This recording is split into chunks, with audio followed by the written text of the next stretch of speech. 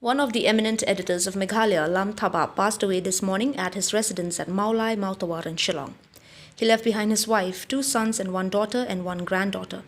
The members of the Shillong Press Club, in a condolence meeting held in Shillong, eulogized Late Thabah for his exemplary dedication in the promotion of professional journalism. A 2-minute silence was observed as a mark of respect to the departed soul. The funeral of Late Lam Thabah will be held at Martawar Catholic Cemetery on the 24th of this month. Late Thabah started his career as a reporter in the English and vernacular newspaper, and by dint of his hard work, he rose to become the editor of a prestigious Khasi Daily, Nongsain Hima. Excellent reporting.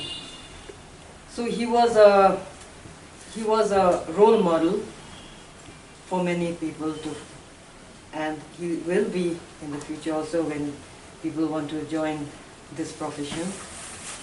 And I must say that we will really miss him, and we hope that other Lam Thabahs also will be there who love this profession and will not let this profession, will not leave this profession just because they do not, there is not enough no support system within this profession, but